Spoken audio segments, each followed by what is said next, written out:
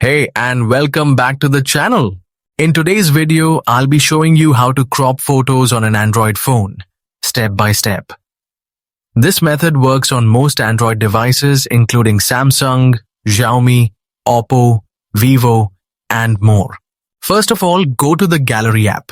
This is where all your saved photos and videos are stored. Once the gallery opens, browse through your albums and locate the photo you want to crop. Tap on the image to open it in full screen view. Next, find a pencil or edit icon. Tap on that icon to enter editing mode. After that, select the crop icon, which usually looks like two overlapping right angles. Now you can start cropping your image. Drag the corners or edges to adjust the size and focus on the part of the photo you want to keep.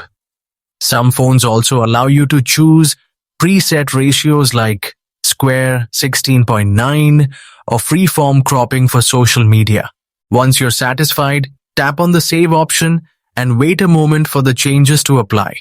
Your cropped photo will be saved automatically. If you found this video helpful, don't forget to like, share, and subscribe to the channel for more simple and useful Android tips.